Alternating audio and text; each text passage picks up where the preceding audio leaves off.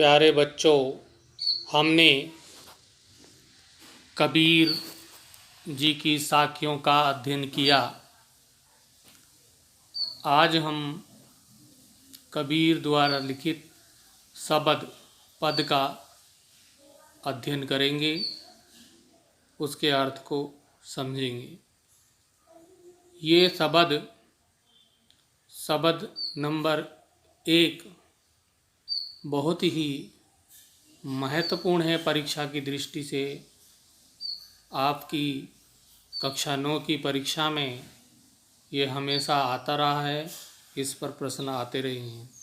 तो सबसे पहले हम इसका वाचन कर लेते हैं, उसके बाद इसके अर्थ को जानेंगे।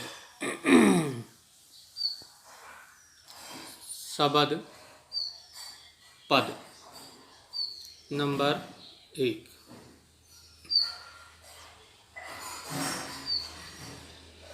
मोको कहाँ ढूंढे बंदे,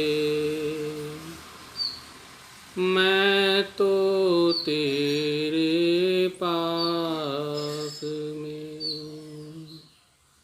मोको कहाँ ढूंढे बंदे, मैं तो तेरे पास में। नामे देवल नामे मस्जिद, नामे देवल नामे मस्जिद, ना काबे कैलाश में। मोको कहाँ ढूंढे बंदे, मैं तो तेरे पास में। ना तो कोने क्रिया कर्म में, नहीं योग वैराग में। मोको कहाँ ढूंढे बंदे, मैं तो तेरे पास में। खोजी होए तो तुरता ही मिली हो, पल भर की तलाश में। मोको कहाँ ढूंढे बंदे, मैं तो तेरे पास में। कहे कबीर सुनो भाई साधो, कहे कबीर सुनो भाई साधो, सब श्वासों की श्वास में। मोको कहाँ ढूंढे बंदे, मैं तो तेरे पास में।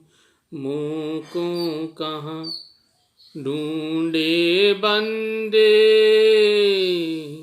मैं तो तेरे पास में। मैं तो तेरे पास में, मैं तो तेरे पास में। तो इस प्रकार हमने शब्द का वाचन किया। अब हम जानेंगे इसके अर्थ को गाया है। पहले शब्द अर्थ देख लेते हैं। मोकों का तात्पर्य क्या है? मुझको। बंदे मतलब मनुष्य। ये तो बातचीत बोलचाल में बोला जाता है कि बंदा बंदे, तो ये मनुष्य के लिए है। देवल का तात्पर्य यहाँ पर है देवालय, मतलब मंदिर। काबा जो है, काबा आपने सुना होगा कि मुसलमानों का जो तीर्थ स्थल है, वहाँ वो लोग जाते हैं अपना आराधना के लिए। वो उनकी जो पूजा होती है इस्लाम धर्म में जो व्यवस्था है, तो वो मुसलमानों का तीर्थ स्थल होता है काबा। कैलाश, ये सुन चुका होगा आपने कि एक पर्वत है, हिमालय क्षेत्र में ही माना जाता है इसे, कैलाश पर्वत, जहाँ पर शिव जी का वास माना जाता है। क्रियाकर्म, तो धर्म के नाम पर किया जाने वाला कार्यकलाप। क्रियाकर्म मतलब सब कुछ हो गया, जो पूजा पाठ हम करते हैं, पूजा पाठ के नाम पे जो आडंबर करते हैं वो सब भी क्रियाकर्म है, क्योंकि हम अगरबत्ती जलाते हैं, फूल अर्पित करते हैं, ये सब क्रियाकर्म के अंतर्गत ही आता है। मतलब ईश्वर प्राप्ति करने के लिए जो हम तरीके अपनाते हैं ना, और खास तौर से यहाँ पे तरीकों से मतलब है ढकोसलों से, जो हम बाह्य आडंबर करते हैं, बाह्य आडंबर, उसकी बात हो रही है। योग मतलब योग साधना, जो योग साधना हम लोग करते हैं। वैराग का अर्थ है वैराग्य, ठीक। और खोजी का अर्थ होता है खोज करने वाला, अर्थात तलाश करने वाला, जो ढूंढता है। वास्तव में जो खोजी होता है उसकी बात हो रही है। तलाश का अर्थ होता है खोज, ठीक। तो ये आप देख सकते हैं, इसमें जितने कठिन शब्द थे उनका अर्थ हमने समझ लिया। अब आते हैं फिर से पद पे। ये पद जो है कबीरदास ने लिखा है, इसमें मतलब लिखा नहीं है, उन्होंने रचा है। लिखा तो उनके बाद में धर्मदास जी जो उनकी शिष्य परंपरा में आते थे, उन्होंने इन पदों को संग्रहित किया। रचनाकार कबीर हैं, रचा उन्होंने, लिखा मतलब अपनी कलम से नहीं लिखा, क्योंकि वो पढ़े लिखे नहीं थे, ऐसा माना जाता है। तो कबीरदास ने जो ये रचा है पद, उसमें वो क्या सोच है उनकी कि ईश्वर ईश्वर मनुष्यों से कह रहा है, क्या कह रहा है कि मोको मतलब मुझको कहाँ ढूंढे बंदे, हे मनुष्य, हे बंदे, हे मनुष्य, तू मुझे कहाँ ढूंढता रहता है, मैं तो तेरे पास में, मैं तो स्वयं तुम्हारे ही पास में हूँ, तू मुझे इधर उधर कहाँ ढूंढता रहता है। ना मैं देवल ना मैं मस्जिद, ना ही मैं देवालयों में मिलूंगा अर्थात मंदिर में हूँ, ना ही मैं मस्जिद में हूँ, ना काबे ना कैलाश में, मतलब ना ही मैं काबा में मिलूंगा और ना ही कैलाश पर्वत पर मुझे पाओगे, ना तो कौने क्रियाकर्म में। आगे क्या कहना चाहते, बहुत सीधा पद है कि मैं तुम्हें किसी क्रिया कर्म में भी, अर्थात जो तुम मुझे प्राप्त करने के लिए तरीके अपनाते हो, पूजा पाठ करते हो, तमाम वाह्यडंबर करते हो, हाँ, ढकोसला बनाए रखते हो, ये मस्तक पे ललाट पे टीका लगा लेते हो, या जो भी ये तरीके अपनाते हो ना, मैं उन क्रियाकर्म में भी नहीं हूँ। नहीं योग वैराग में, ना ही मैं योग में हूँ, किसी योग साधना में मुझे पाओगे, और ना ही मैं वैराग्य में हूँ। देखिए दो मार्ग है, एक मार्ग कहा जाता है कि प्रवृत्ति मार्गी, मतलब हर चीजों में इन्वॉल्व होना, प्रवृत्त होना, और एक होता है निवृत्त मार्गी, मतलब हर चीज को हम त्याग दें। कहा जाता है ना, संसार को त्याग देंगे तो ईश्वर तक पहुंचेंगे, तो वही कवि कहना चाहते हैं यहाँ पे, ईश्वर कहना चाहते हैं कवि के शब्दों में क्या, कि मैं योग वैराग में भी नहीं हूँ। वैराग्य मतलब विराग, प्रेम से मुक्त होना, आकर्षण से मुक्त होना, ये होता है वैराग्य। और आगे क्या कहना चाहते हैं कि खोजी होए तो तुरता मिलिए पल भर की तलाश में। अगर तुम वास्तव में खोजी हो, अगर तुम वास्तव में मुझे प्राप्त करना चाहते हो, तो मैं तुम्हें क्षण भर की खोज में ही प्राप्त हो जाऊंगा, अर्थात एक क्षण तुम्हारे प्रयास करने के एक क्षण के उपरांत ही मैं तुम्हें प्राप्त हो जाऊंगा, अगर वास्तव में तुम ईश्वर को अर्थात मुझे ढूंढना चाहते हो। अब कबीरदास क्या कह रहे हैं कि कहे कबीर सुनो भाई साधो, साधो अर्थात यहाँ पे सज्जन या साधु, जो साधु संगत में रहते थे कबीरदास, उनके लिए कहा गया कि कहें कबीर सुनो भाई साधो, सब श्वासों की सांस में। ईश्वर क्या कहना चाहता है कि मैं तो हर प्राणी की सांस में मौजूद हूँ।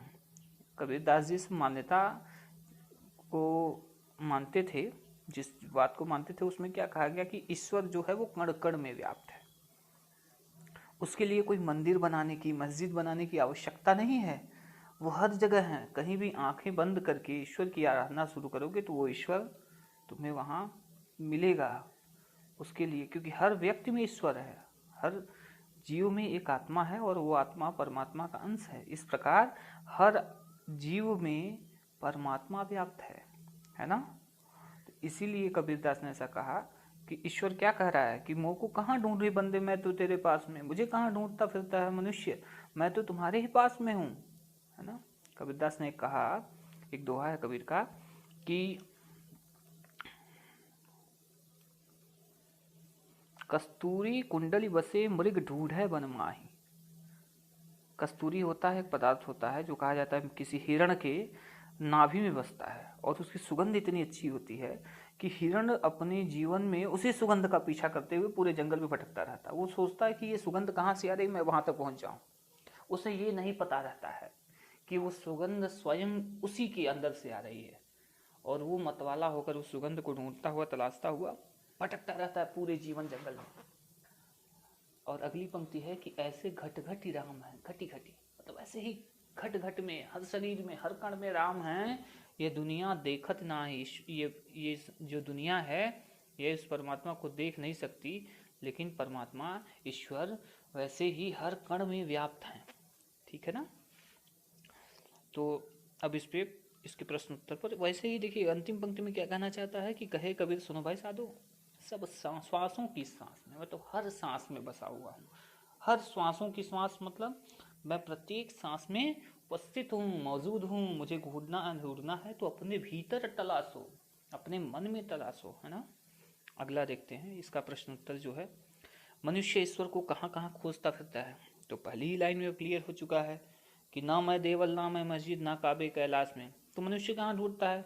इसके आधार पर या इससे अलग भी सोचेंगे तो ये प्रश्न का उत्तर मिलेगा कि ईश्वर को कहाँ, मंदिर में, मस्जिद में, गुरुद्वारे में, चर्च में, विभिन्न धार्मिक स्थानों पर तलाशता रहता है। और क्यों खोजता है, क्योंकि उसे लगता है कि इन्हीं स्थलों पर ईश्वर का वास है।